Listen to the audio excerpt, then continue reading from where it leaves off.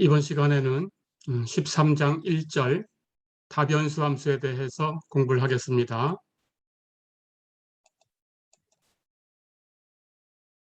다변수 함수라는 것은 우리 앞에서 배웠던 1변수 함수를 확장한 개념이고요. 2변수 함수, 3변수 함수, 4변수 함수, 5변수 함수 이런 식으로 독립변수를 2개 이상 갖는 그런 함수를 다변수 함수다 이렇게 얘기를 합니다.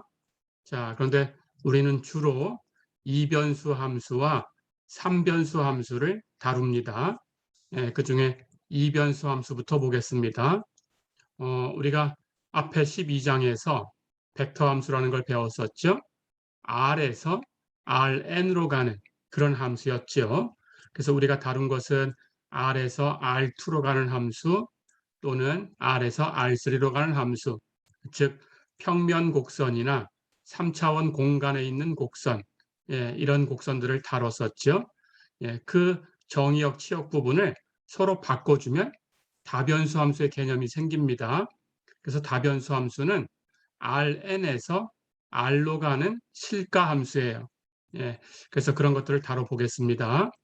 자, 그렇다면 우선 이변수 함수라는 것은 R2에서 R로 가는 함수예요.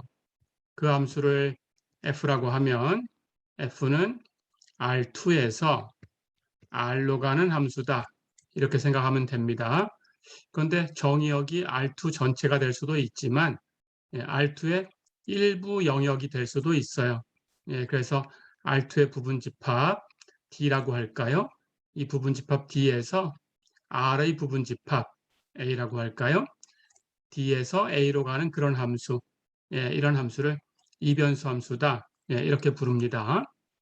자, 그래서 이변수 함수는 R2의 부분집합 D 위에 정의되는 함수다, 이렇게 생각하시면 돼요. 그렇다면 당연히 R2에 어떤 점이 들어가 있는 거니까 그 점은 직교좌표를 가지고 x, y 이렇게 표현할 수 있겠죠. 그렇다면 f에 의해서 x, y 이 값이 어디론가 옮겨갈 테니까 그 옮겨간 값은 함수 기호 똑같이 써서 f, x, y 이렇게 써주시면 됩니다. 어렵지 않죠? 이렇게 생긴 이 규칙 f를 이변수 함수다 이렇게 불러요. 간단하죠? 다시 한번 정리하면 이변수 함수는 R2의 부분집합에서 R로 가는 함수다. 이렇게 생각하면 됩니다.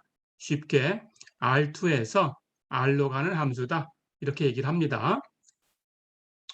자, 그렇다면 이 앞에 D라는 이 부분집합, R2의 부분집합이 되는 이 집합은 F라는 함수의 정의역이다. 이렇게 불러요. 일변수 함수하고 같은 방식이죠.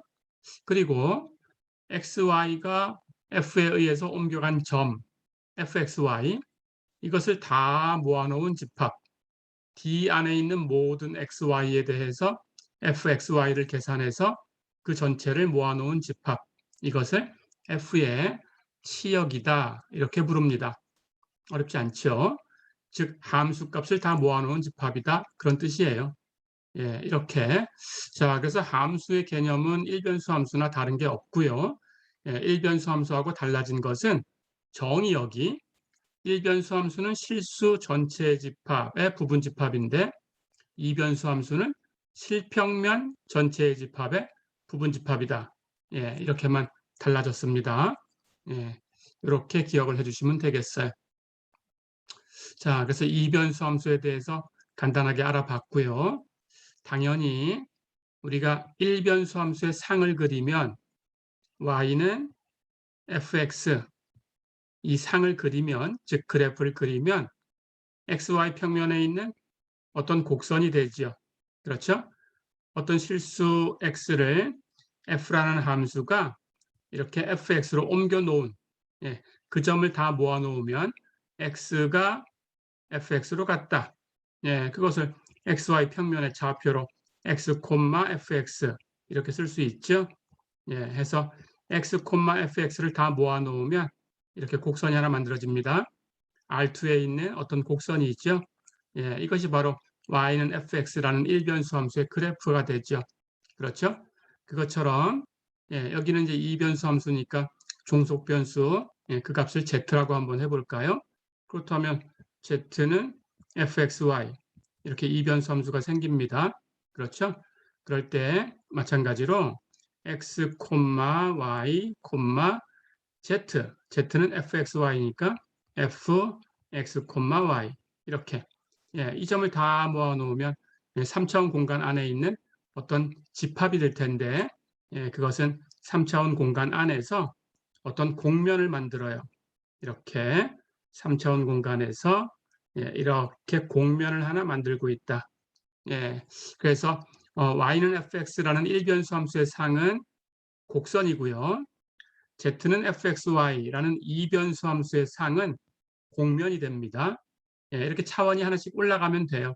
그럼 3변수 함수의 상은 역시 3차원 입체가 되겠죠. 그런데 그것을 그려내면 4차원 공간에 그릴 수 있어요. 그렇게 생각하면 됩니다. 그래서 4차원 공간이라는 것이 우리의 인식이 잘 안 되기 때문에 그걸 파악할 때는 그것을 쳐내서 단면이 어떻게 생겼나라는 걸 가지고 우리가 판단을 하게 됩니다. 그 단면 역할을 하는 것은 우리가 뒤에서 다시 공부를 하겠습니다. 조금 있다가.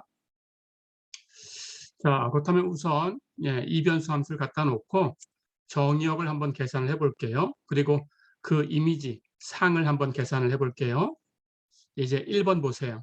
예제 1번에 B번을 풀어보겠습니다.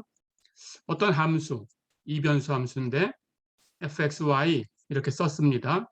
이변수 함수의 식이 x 곱하기 로그 y제곱 마이너스 x 이렇게 되어 있어요. x와 y를 가지고 만들어진 어떤 식이죠. 이 함수의 정의역을 구하고 f 3,2를 구해라 그랬어요. 그렇다면 x가 3이고 y가 2일 때 그 함수 값이 얼마냐 이렇게 묻는 거죠. 그렇죠? 그렇게 계산해 주면 됩니다. 자, 그렇다면 f 3,2는 x에다가 3 대입하고 y에다가 2를 대입해 볼까요? 그렇다면 이 로그 안에 있는 값은 2를 제곱하면 4, 3을 빼주면 1이고 로그 1은 0이죠. 해서 이렇게 로그 취한 값이 0이 돼버리니까 거기에 3을 곱해도 0이 되겠죠. 해서 f3,2는 0이다. 이렇게 얘기할 수 있겠죠. 그렇죠? 그리고 마찬가지 정의역을 계산해 봅니다. 정의역은 일변수 함수처럼 똑같이 하시면 돼요. 다시 얘기하면 이 식을 정의할 수 있는 가장 큰 집합을 얘기해 주면 됩니다. 물론 정의역은 x가 어디부터 어디까지, y가 어디부터 어디까지라고 제한해서 줄 수도 있어요. 제한되었다면 그 제한된 곳에서만 사용하시면 되고요. 그렇지 않다면 이 식을 얘기할 수 있는 가장 큰 범위에서 사용하시면 됩니다. 자, 그렇다면 여기 곱해지는 x는 그냥 실수 전체에서 움직일 수 있죠. 아무 제한도 안 받아요. 하지만 로그 안에 있는 이 값은 0보다 커야 되죠.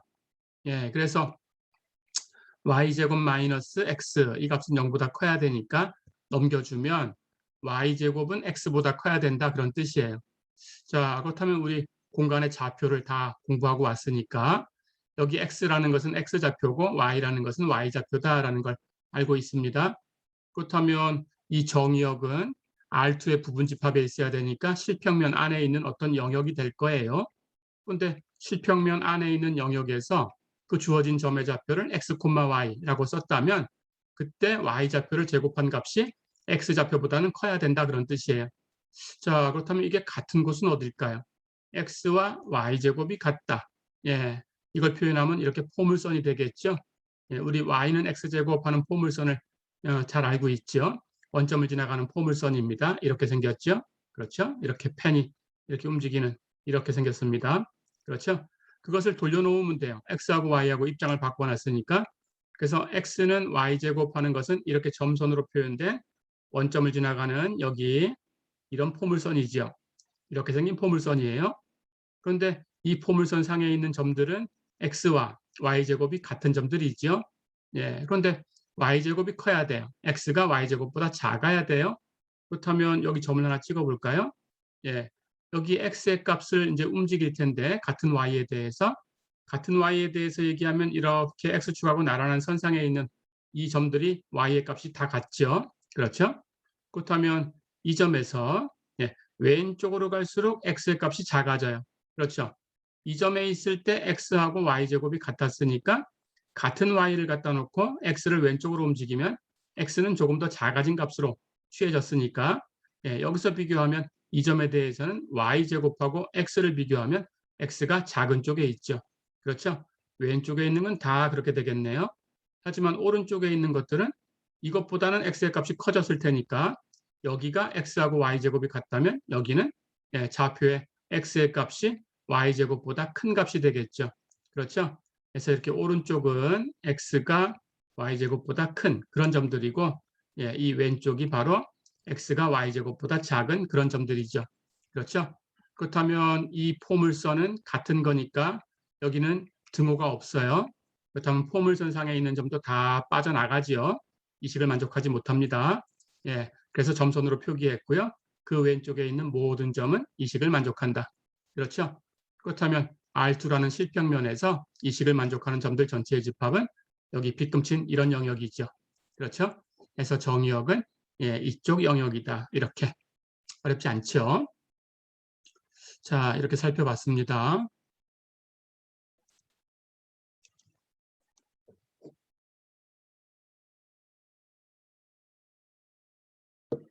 자, 그 다음 이변수 함수의 그래프. 조금 전에 그래프 얘기를 했었습니다.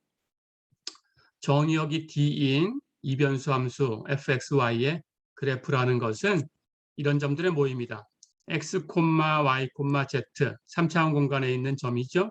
그 3차원 공간에 있는 어떤 점들을 모아놓은 집합인데 마지막 좌표 z가 앞에 있는 x와 y를 가지고 f라는 함수에 의해서 옮겨놓은 값, 그것과 같게 되는 z가 fxy가 되는 그런 점 전체의 집합이다. 여기서 앞에 있는 x, y는 정의역 D라는 집합 안에 있는 모든 점이다. 어렵지 않죠? 그래서 이변수 함수의 그래프를 그리면 조금 전에 얘기했듯이 3차원 공간에서 이렇게 공면이 하나 만들어진다 그랬어요. 그렇죠? 이 공면이 Z는 fxy다. 이런 식을 갖는다는 것은 이 공면의 점을 이렇게 xy 평면에다가 수직으로 떨어뜨리면 여기가 x, 여기가 y일 때 이쪽이 x축, 이쪽이 y축, 이쪽이 z축입니다. 여기가 x, 여기가 y일 때 요 점, 이 점을 이렇게 z축에다가 수직 사용하면 여기 z의 값, 이 z의 값이 바로 fxy하고 같다. 그런 뜻이에요. 자, 그러니까 이 공면에 있는 이 점의 좌표는 x, y, fxy다. 이렇게 표현되는 점이다. 그런 뜻이죠.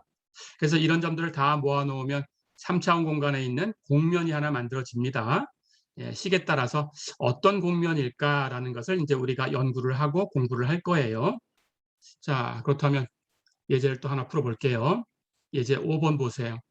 함수 fxy는 6-3x-2y 이것의 그래프를 그려라 그랬어요. 마찬가지로 이 fxy를 z라고 두면 z는 fxy, 즉 z는 6-3x-2y 이런 식이 만들어지죠. 그렇죠? 이것은 3차원 공간에 있는 어떤 공면이다라고 할 텐데 이 공면이 어떤 공면인가라는 걸 보고 싶은 거예요. 자, 그런데 이건 어렵지 않죠. x도 1차, y도 1차, z도 1차. x, y, z가 전부 1차로 표현됐으니까 이 식은 평면의 식이다라는 것을 우리가 알 수 있죠. 11장에서 평면의 식을 공부하고 왔습니다. 즉 x, y를 이쪽으로 넘겨서 정리를 해주면 3x 플러스 2y 플러스 z는 6이다라는 식을 만들어요. 그렇죠? 그렇다면 이것은 평면의 식이다라는 걸 바로 알 수 있죠. 그렇죠? 자, 그러면 이 평면의 식이다라는 건 알았고요. 이제 이 평면을 한번 그려보겠습니다. 직선을 그릴 때하고 똑같아요. 절편을 가지고 그려주면 됩니다. x절편, y절편, z절편이라는 걸 계산하면 되고요. x절편은 y와 z를 0으로 떨구었을 때 이 식을 만족하는 x의 값을 찾으시면 돼요. 그것이 x절편입니다. 자, 그래서 y와 z를 0으로 두면 이 식을 만족하기 위해서 x의 값은 2가 되죠. 그러니까 x절편은 2가 돼요. 이렇게 x축하고 만나는 점의 x좌표 그런 뜻입니다. 똑같죠? y절편은 x와 z를 0으로 주면 돼요. 그럼 이 식을 만족하기 위해서는 y의 값이 3이 돼야 되죠. 그래서 이 값이 y절편이 됩니다. 즉 y절편은 y축하고 만나는 점에 이 공면이 y축하고 만나는 점에 y좌표. 어렵지 않죠? 예, 3입니다. z절편 x와 y를 0으로 떨구면 돼요. 그럼 z는 6이 돼야 되겠죠? 예, 여기가 z절편. 마찬가지로 이 평면이 z축하고 만나는 이 점의 z좌표. 그런 뜻입니다. 예, z절편이 6이죠. 자, 그렇다면 이 세 개의 절편을 다 알았으니까 x절편은 2고 y절편은 3이고 z절편은 6이고 이 절편을 다 지나가야 돼요. 주어진 평면이. 그렇다면 이 세 개의 점을 3차원 공간에서 연결하면 이렇게 삼각형 영역이 나옵니다. 그렇죠? 예, 여기 빗금친 부분이 삼각형 영역이죠. 그런데 이 삼각형을 포함하는 평면을 그리면 돼요. 그러니까 이 삼각형을 이렇게 무한히 잡아 늘리면 됩니다. 그래서 이 삼각형을 포함하고 있는 평면은 유일하게 딱 하나 결정이 되죠. 그 평면 전체, 예, 그 평면 전체예요. 근데 보기 좋게 여기 삼각형만 이렇게 빗금을 쳐준 거고 보기 좋으라고 이 전체입니다. 예, 해서 평면은 이렇게 무한히 잡아 늘린 거예요. 예, 이 평면의 식이 바로 3x 플러스 2y 플러스 z는 6이다. 즉 이변수 함수 모양으로 바꿔서 표현해주면 fxy는 6-3x 2y다. 어렵지 않죠? 예, 이렇게 계산하시면 됩니다.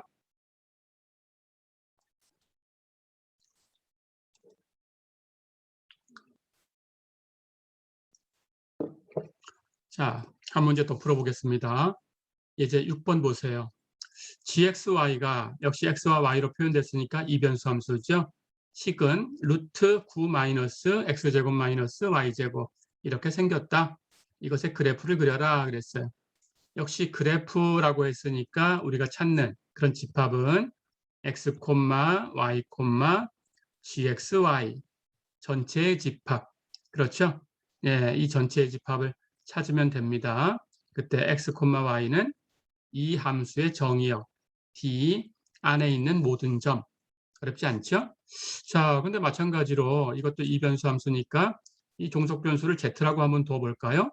그렇다면 z는 gxy라는 함수가 생겼고요. gxy라는 것은 루트 9 마이너스 x제곱 마이너스 y제곱 이렇게 된 거니까 양쪽을 제곱해서 루트를 치워버리면 z의 제곱은 루트 없이 9 마이너스 x제곱 마이너스 y제곱 마이너스 x제곱 마이너스 y제곱을 넘겨주면 x제곱 플러스 y제곱 플러스 z의 제곱은 9다. 이런 식이 만들어지죠. x제곱 플러스 y제곱 플러스 z의 제곱은 9다. 이건 앞에서 우리가 3차원 좌표 배울 때 배웠죠. 중심은 x-0 제곱하고 y-0 제곱하고 z-0 제곱해서 더한 거니까 0, 0, 0을 x, y, z에서 빼준 거죠. 중심은 0, 0, 0이고 9는 3의 제곱이니까 반지름은 3이지요. 그렇게 되는 9가 되겠죠. 그렇죠? 하지만 이 9 전체인가라는 건 이제 살펴봐야 돼요. z의 값을 보니까 루트라고 표현됐어요. 루트 어쩌고라고 표현됐으니까 0보다 작은 값을 얻을 수는 없어요. 이 식을 계산해서. 그렇죠? 0 이상입니다. 그렇다면 이 9 전체가 아니고 이 9 중에서 z가 0 이상인 곳 xy 평면 위쪽으로 Z축 양의 방향 쪽에 있는 곳이죠. 그렇죠? 예, 그렇다면 이 구의 중심이 원점이었으니까 이 구를 딱 반 나눈 거죠. 그래서 위쪽에 반쪽만 택한 거죠. 그렇죠? 예, 해서 XY 평면 위쪽 반쪽이니까 예, 이렇게 그림처럼 이렇게 XY 평면 위에 있는 반쪽이에요. 어렵지 않죠? 예, 중심은 원점에 있고요. 반지름 3이니까 예, 이렇게 그려낼 수 있겠죠. 그렇죠? 예, 해서 그래프는 이렇게 생겼습니다.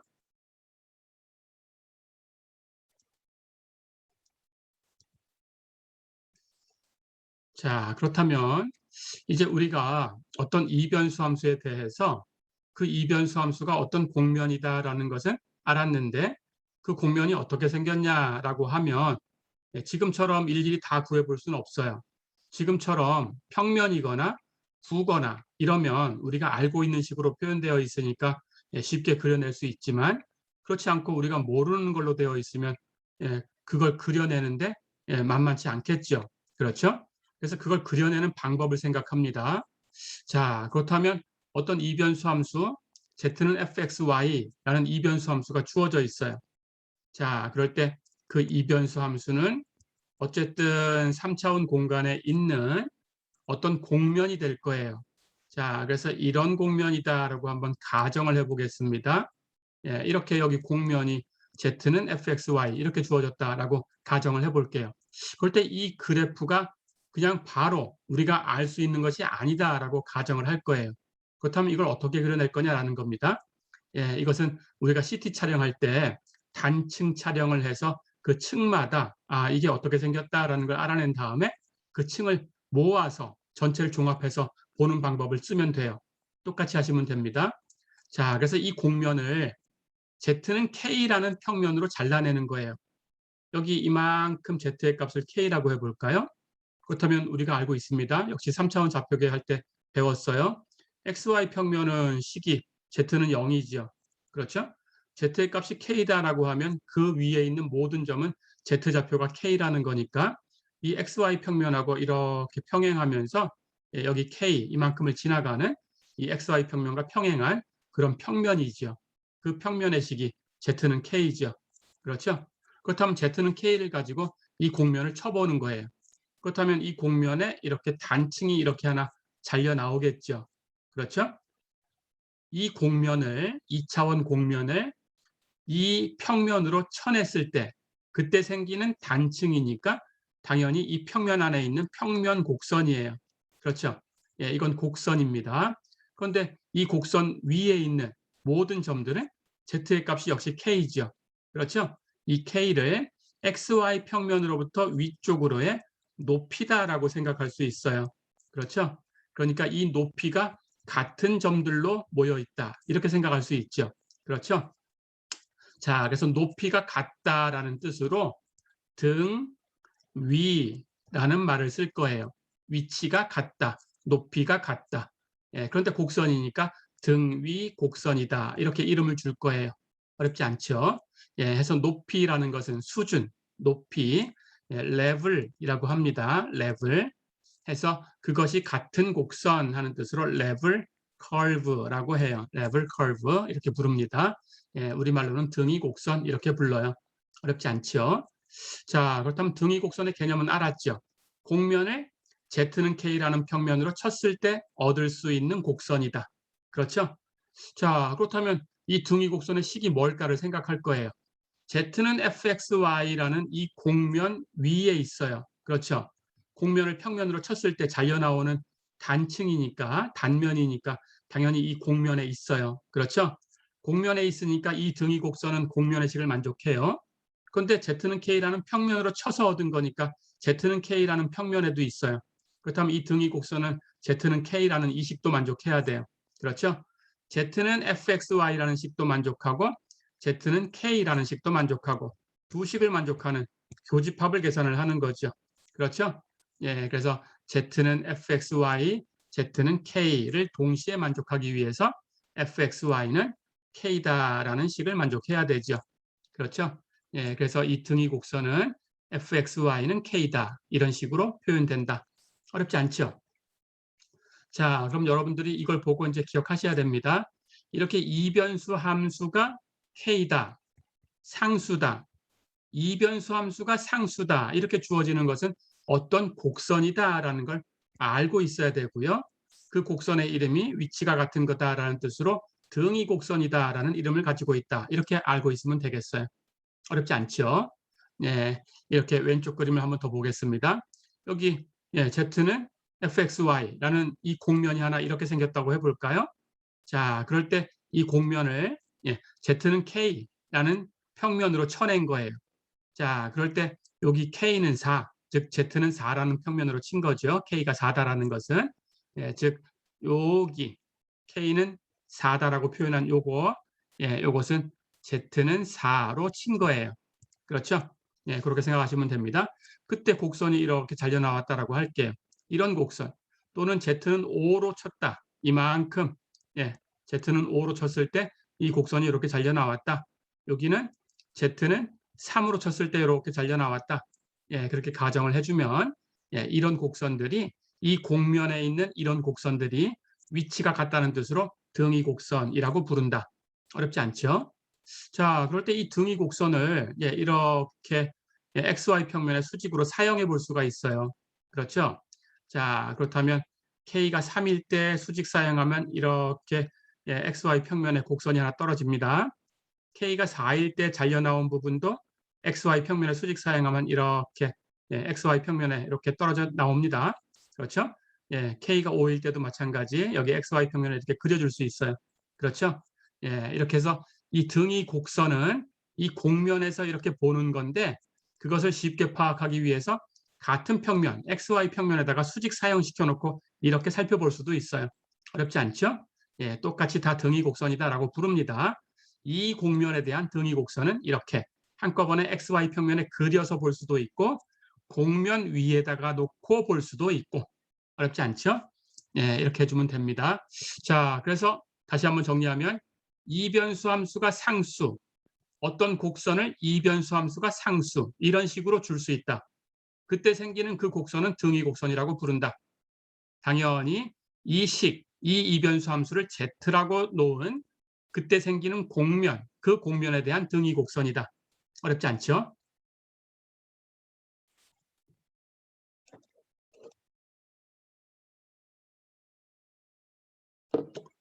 자, 그러면 예제를 한번 풀어보겠습니다. 예제 10번 볼까요? K가 마이너스 6, 0, 6, 12 이렇게 4개의 값을 가질 때 주어진 곡면 fxy는 6 마이너스 3x 마이너스 2y 이것의 등위 곡선을 그려봐라 그랬어요. 자, 그렇다면 똑같이 이것은 조금 전에 평면이다라는 걸 봤죠? 3x 플러스 2y 플러스 z는 6 이렇게 주어지는 평면이었습니다. 그때 k 값을 이렇게 주고 등위 곡선을 구해라라고 했으니까 당연히 fxy를 k라고 두면 돼요. 그렇죠? 그렇게 얻어보겠습니다. 자, 그렇다면 k라는 값은 6-3x-2y 이렇게 식을 설정하면 이것이 바로 등위 곡선의 식이에요. 그렇죠? 그 k에다가 마이너스 6부터 0, 6, 12까지를 대입하면 4개의 등위 곡선을 얻을 수 있습니다. 그렇죠? 자, 그럼 가볼까요? 당연히 이 식을 정리하면 3x 플러스 2y k는 이쪽으로 넘겨서 는 6-k 이렇게 표현된 거예요. 그렇죠? 그렇다면 3x 플러스 2y가 얼마다라는 식으로 똑같이 표현됐으니까 3x, 2y 4개의 직선이 다 똑같아요. 그렇죠? 그렇다면 이 4개의 직선은 서로 평행하다. 기울기가 같으니까. 그렇죠? 그렇게 알 수 있죠. 그렇다면 평행한 직선이 4개 잘려 나오는구나. 이렇게 보시면 됩니다. 자, 그렇다면 어떤 곡선일까라는 걸 이제 K를 대입해서 구하면 돼요. K에다가 마이너스 6, 0, 6, 12 대입하면 됩니다. 마이너스 6 대입하고 0 대입하고 6을 대입하고 12를 대입해서 계산하면 돼요. 그렇죠? 마이너스 6 대입하면 K를 뺄 거니까 플러스 12가 되네요. 그렇죠? 3x 플러스 2y는 12. 그렇죠? 0을 대입하면 3x 플러스 2y는 6이 되고요. 6을 대입하면 3x 플러스 2y는 0이 되고요. 12를 대입하면 3x 플러스 2y는 마이너스 6이 되네요. 그렇죠? 당연히 다 4개가 다 xy 평면에 있는 직선이죠. 그리고 기울기가 다 같다라는 것을 볼 수 있죠. 그렇죠? 해서 그려보면 이렇게 k가 마이너스 6일 때는 이런 직선이 됩니다. k가 0일 때는 이런 직선이 되고요. k가 6이 될 때는 이런 직선이 되고요. 여기 0이니까 원점을 지나가게 되죠. k가 12가 될 때는 이런 직선이 되네요. 그렇죠? 이렇게 평행한 4개의 직선을 얻을 수 있다. 어렵지 않죠?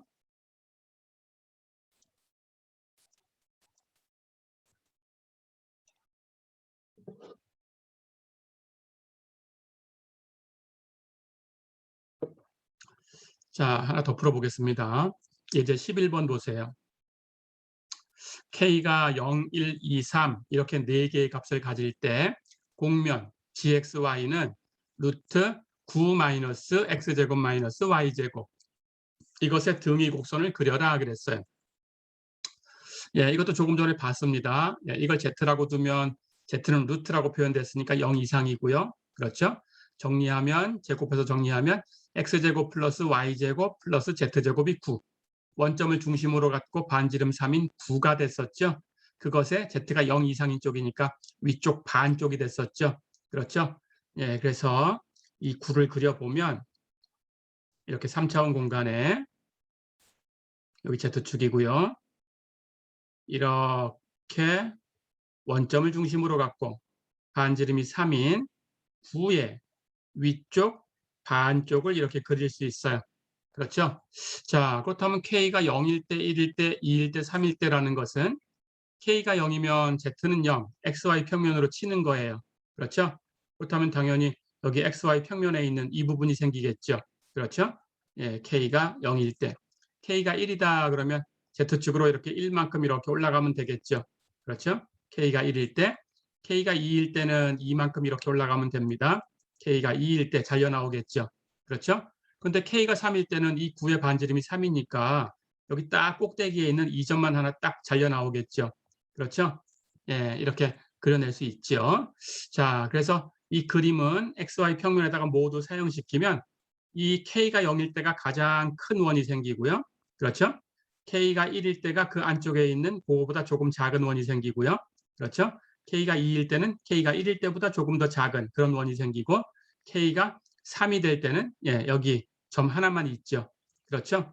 자, 그런데 그 식은 똑같아요. 이 GXY 이 값을 K라고 두면 돼요. 그렇죠? 그러니까 루트 9 마이너스 X제곱 마이너스 Y제곱 이것을 K라고 놓은 것이 등위곡선의 식이에요. 그렇죠? 예, 이 식을 제곱해서 정리를 하고 예, 보기 좋게 놔두면 제곱하면 여기 K제곱이 되죠.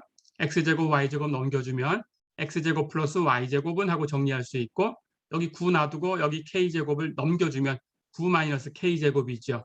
그렇죠? 예, 이것은 원의 식입니다. 당연히 x의 제곱 플러스 y의 제곱하고 표현됐으니까 중심은 원점이죠. x에서도 y에서도 0을 뺀 거니까. 그렇죠? 그렇다면 여기에 루트 씌운 값이 이 원의 반지름이죠. 그렇죠? 예, 그럼 바로 알 수 있고요. 예, 이제 식을 얻으려면 각각에 대해서 k에다가 0부터 1, 2, 3 이렇게 대입하면 얻을 수 있어요. k에 0 대입하면 주어진 원은 x제곱 플러스 y제곱은 9. 그렇죠? 해서 이렇게 가장 큰 원이 생겼고요. 반지름 3짜리. 그렇죠? K에다가 1을 대입하면 제곱해서 1이고 9에서 빼면 8이니까 X제곱 플러스 Y제곱은 8. 그렇죠? 그러니까 원점을 중심으로 갖고 반지름은 루트 8이 되는 원이 생겼죠. K에다가 2를 대입하면 제곱해서 4, 9에서 빼면 5가 되니까 X제곱 플러스 Y제곱은 5. 그렇죠? 원점을 중심으로 갖고 반지름이 루트 5가 되는 원이 생겼죠. 그렇죠? K에다가 3을 대입해주면 제곱해서 9가 되니까 9에서 빼면 0 해서 X제곱 플러스 Y제곱은 0. 이 식을 만족하는 점은 X도 0, Y도 0. 예, 원점 하나밖에 없죠. 그렇죠? 예, 이렇게. 자, 그래서 우리가 이 9에 대해서 위쪽 반쪽 9에 대해서 등위 곡선을 한번 예, 구해봤습니다.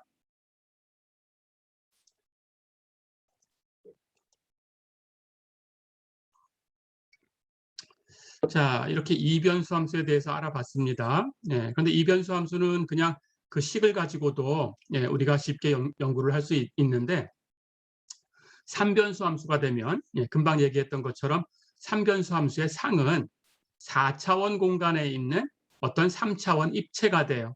그렇죠? 예, 그래서 4차원 공간이라는 것을 예, 우리가 배웠던 내적을 가지고 예, 서로 수직이 되는 4개의 축을 머릿속에서 가상으로 선택을 해보면 X축, Y축, Z축은 서로 수직인 것이 머릿속에 그려집니다. 하지만 이게 우리가 3차원 공간에 살기 때문에 기존에 있는 X축, Y축, Z축 이 3개의 축에 모두 수직이 되는 네 번째 축을 예, 그려내는 것은 쉽지는 않아요. 하지만 내적을 이용해서 내적이 0이다라는 개념을 가지고 사용하면 예, 그런 축이 있다라는 것은 알 수 있습니다. 그 네 번째 축을 W축이라고 할게요. 그래서 이것은 머릿속에서 인지되는 것이 아니니까 이렇게 휘어서 그렸어요. 예, 그럼 이게 네 번째 축입니다. 모두 수직이에요. Z축하고도 수직, Y축하고도 수직, X축하고도 수직. 이렇게 되는 자, 그럴 때 예, W는 fxy 이렇게 3변수 함수가 있겠죠. 이 3변수 함수의 상이 뭐냐라고 하면 그러면 이 4차원 공간에 그려지는 어떤 3차원 입체다 이렇게 얘기할 수 있어요. 이것은 4차원 공간을 내적을 가지고 확장했을 때만 생길 수 있는 그런 부분입니다. 그래서 이걸 머릿속으로 인지하기가 힘드니까 이걸 그대로 놓고 해석하는 것은 굉장히 어려워요. 그래서 이제는 정말로 단면을 가지고 우리가 얘기를 해줘야 돼요. 그런데 조금 전에 그 3차원 공간에 있는 그 Z는 fxy 이렇게 주어지는 2차원 공면, 그 2차원 공면을 Z는 K라는 그런 평면으로 쳤을 때, 생기는 그 단면이 되는 곡선을 등위 곡선 이렇게 불렀죠. 그것처럼 똑같이 하면 돼요. 그 3차원 공간에서는 Z는 K, 마지막 세 번째 좌표를 K라고 놨어요. 4차원 공간에서는 W는 K, 이렇게 마지막 네 번째 좌표를 K라고 두고 잘라내면 됩니다.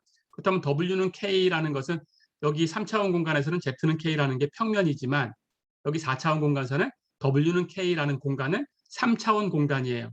그래서 여기서 이렇게 3차원 공간으로 이걸 쳐내는 거예요. 그때 생기는 것은 2차원 공면이 이렇게 잘려 나와요. 2차원 공면. 그 잘려 나오는 공면을 우리가 등위 공면이다 이렇게 부릅니다. 이번에는 level surface라고 불러요. level surface. 조금 전에는 level curve, 등위 곡선, 지금은 등위 공면. 어렵지 않죠? 그렇게 생각하시면 돼요. 자, 그래서 3변수 함수는 조금 전에 2변수 함수는 R2에서 R로 가는 함수였죠. 3변수 함수는 차원을 하나 올리면 됩니다. R3에서 R로 가는 함수예요. W는 R3에서 R로 가는 함수다.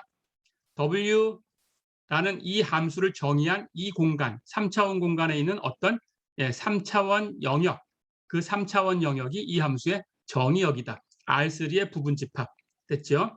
D라는 이 집합은 R3의 부분집합이니까 3차원 입체가 될 수 있어요. 그렇죠? 그럴 때 D가 정의역이다라는 것 똑같고요.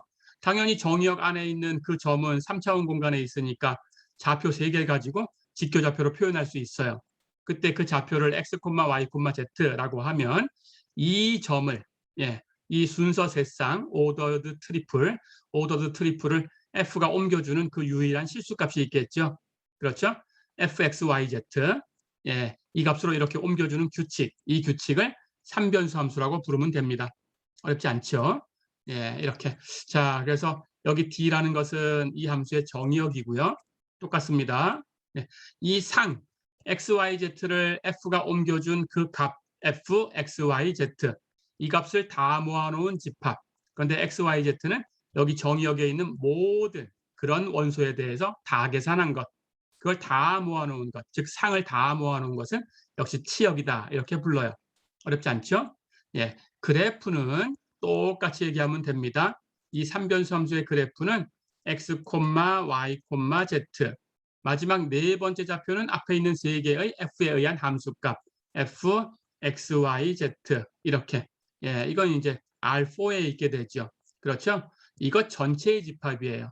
이것이 그래프입니다. 그래서 x, y, z는 정의역 D에 있으면 되겠다. 어렵지 않죠? 그러니까 3차원, 이 3차원 공간의 부분집합 D에 어떤 함수를 정의했을 때 그 3변수 함수 f, x, y, z 이 3변수 함수의 상을 그려라 그러면 4차원 공간이 필요해요. 이렇게 그릴 수밖에 없어요. 어렵지 않죠? 자, 그럴 때 금방 얘기한 것처럼 이 3변수 함수의 상을 W는 K라는 3차원 공간으로 쳐낸 겁니다. 이런 것은 우리가 초평면이라고 불러요. 하이퍼플레인, 초평면. 4차원 공간에서는 이 3차원 입체가 평면 역할을 하는데 3차원 공간에서 2차원 입체가 평면 역할을 하듯이 평면 역할을 하는데 우리가 알고 있는 2차원 평면은 넘어섰다라는 뜻이에요. 그래서 평면에다가 초라고 붙여줬어요. 그래서 하이퍼 서피스라고 불러요. 하이퍼 플레인. 이렇게 초평면, 하이퍼 플레인 이렇게 부릅니다. 자, 그래서 W는 K라는 것은 하이퍼 플레인이에요. 초평면. 초평면으로 쳐낸 거예요. 그럴 때 이 3차원 입체를 쳐냈으니까 3차원 입체를 3차원 공간으로 쳐냈으니까 공면이 생겨요. 그때는.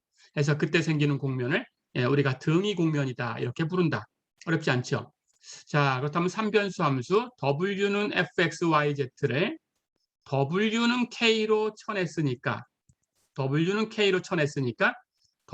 fxyz 이 식으로 표현되는 그런 입체에도 있고 W는 K라는 이 입체에도 있어야 돼요.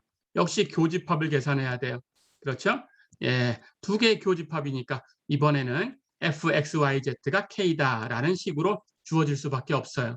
예, 그래서 등이 공면이라는 것은 fxyz는 K 이런 식으로 주어진다. 어렵지 않죠?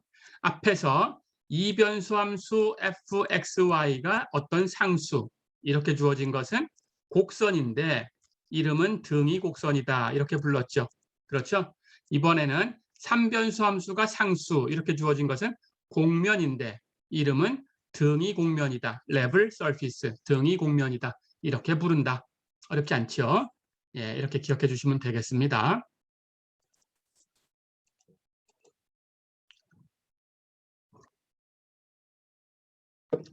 자, 그럼 연습을 해보겠습니다. 예제 14번 볼까요? 3변수 함수 fxyz가 로그 z-y 플러스 xy 곱하기 사인 z 이렇게 주어졌다. 정의역을 구해라 그랬어요. 역시 얘기할 수 있는 가장 큰 집합, 이것을 정의할 수 있는 가장 큰 집합, 이것을 자연 정의역이라고 불러요. 일변수 함수에서 얘기한 것하고 똑같습니다. 예, 우리 수학적 사고에서 배웠던 그 부분하고 똑같아요. 가장 큰 집합을 찾으면 됩니다.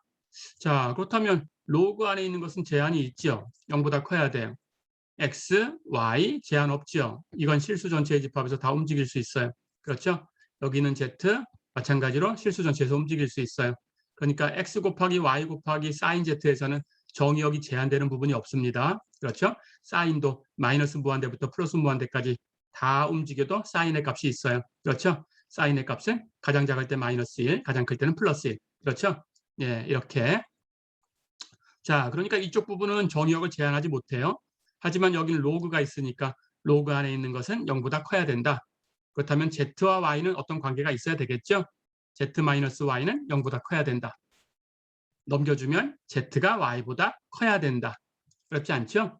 자, 그렇다면 3차원 공간에서 z하고 y가 같다라고 놓은 이 식이 표현하는 공간이 뭐냐라는 걸 알아내면 됩니다. 예, 우리 좌표 배울 때 연습을 했어요. 그렇죠?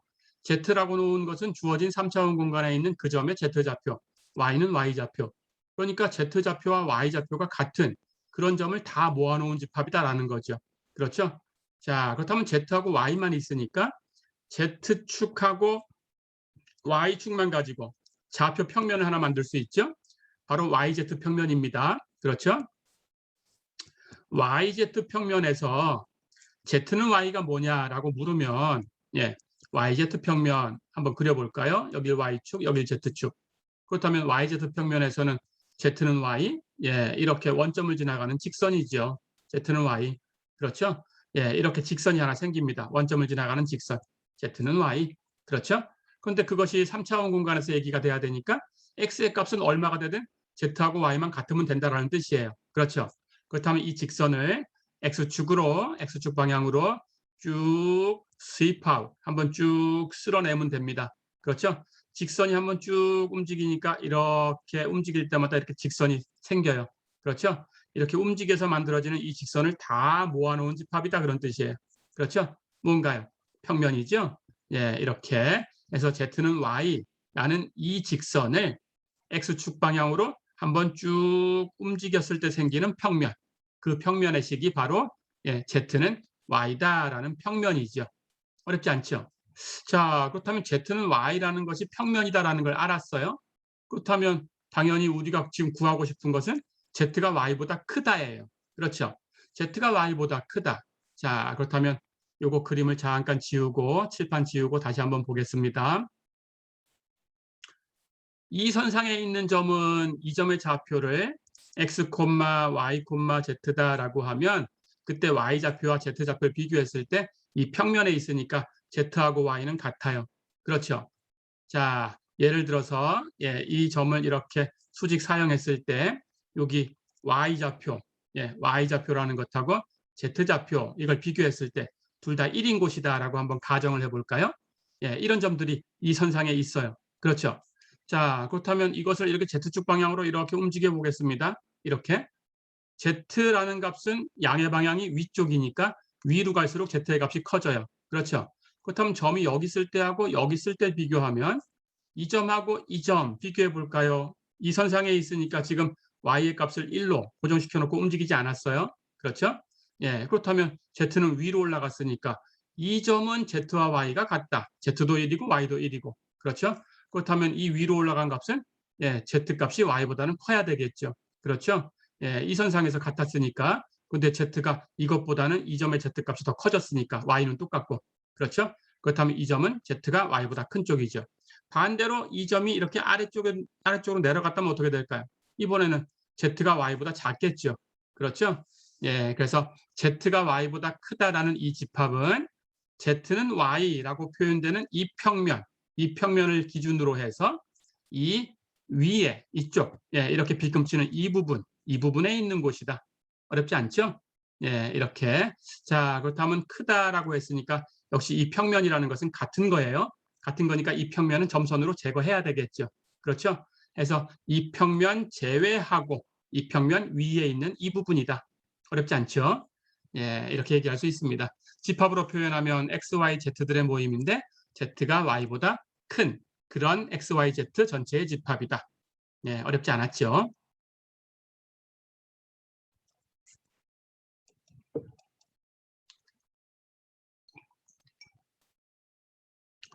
자, 한 문제만 더 풀어보겠습니다. 예, 예제 15번 보세요. 3변수 함수 fxyz가 x제곱 플러스 y제곱 플러스 z의 제곱 이렇게 주어졌다. 이 3변수 함수의 등위 공면을 그려라 그랬어요. 자, 조금 전에 얘기한 것처럼 이 3변수 함수의 상은 당연히 4차원 공간에 그려지는 어떤 3차원 입체가 돼요. 그렇죠? W는 x제곱 플러스 y제곱 플러스 z의 제곱. 그렇죠? 예, 그래서 그걸 파악하는 것이 어렵습니다. 예, 그런데 등위 공면을 가지고 단면을 구하는 거예요. 자, 그러니까 W라는 값을 상수로 주면 된다. 그렇죠? 그러니까 W라는 값은 x제곱 플러스 y제곱 플러스 z제곱하고 같은 거니까 그걸 상수로 두면 K라고 두면 x제곱 플러스 y제곱 플러스 z의 제곱은 K다. 이런 식을 갖는 예, 입체가 생기는 거죠. 그렇죠?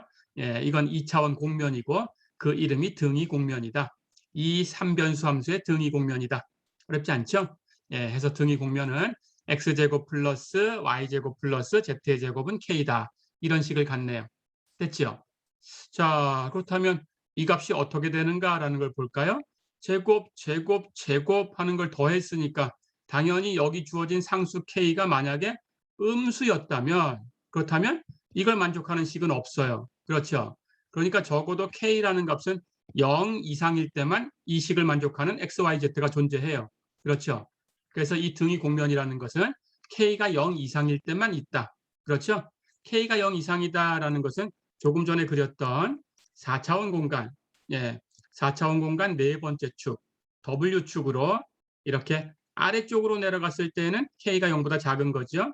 예, 이렇게 위로 올라왔을 때가 K가 0보다 큰 거예요. 그렇죠? 그러니까 이 부분에는 예, 이 상이 없다라는 거죠. 이쪽에 있다라는 거예요. 그렇죠? 자, 그렇다면 이게 뭐냐라는 걸 생각해 봅니다. 당연히 이것은 구의식이죠. x제곱 플러스 y제곱 플러스 z제곱은 k다라고 했으니까 k는 루트 k의 제곱이에요. 그렇죠? 그렇다면 원점을 중심으로 갖고 반지름이 루트 k가 되는 구의식이다. 이렇게 얘기할 수 있죠. 그렇죠? 하지만 예, k가 0이 되는 것은 그럴 때는 x도 y도 z도 0일 때밖에 없으니까 예, 이럴 때에는 원점, 예, 한 점밖에 없죠. 그렇죠? 점 하나만 갖고 있습니다. 하지만 k가 0보다 큰 값일 때는 반지름이 루트 k고 원점을 중심으로 갖는 구의 식이다. 어렵지 않죠? 예, 해서 그것을 3차원 공간에 그려내면 이 등위 공면을 3차원 공간의 수직 사용해서 그릴 수 있죠. 예, 이렇게 원점을 중심으로 갖고 반지름 루트 k가 되는 구두를 이렇게 그릴 수 있어요. 그렇죠? 예, 중심이 같은 구들로 이루어진 그런 집합이죠. 예, 이렇게 공부를 해봤습니다. 자, 이렇게 해서 이번 시간에는 3변수 함수까지 2변수 함수, 3변수 함수 이런 것들을 얘기하고 그 특징에 대해서 한번 알아봤습니다. 중요한 것은 이변수 함수를 상수로 두면 등위 곡선이 얻어진다. 그리고 3변수 함수를 상수로 주면 우리는 등위 곡면을 얻을 수 있다. 이렇게 두 가지 등위 곡선, 등위 곡면. 이것이 2차원 곡면은 등위 곡선으로 파악할 수 있고 3차원 입체가 되는 즉 3변수 함수의 상은 등위 곡면을 가지고 파악할 수 있어요. 등위 곡선이나 등위 곡면이나 단층을 얘기하는 거다. 쳐낸 곳이다. 어렵지 않죠? 그렇게 생각해 주시면 됩니다. 이 두 가지를 연습하시면 되겠어요. 이번 시간은 여기까지입니다. 수고했습니다.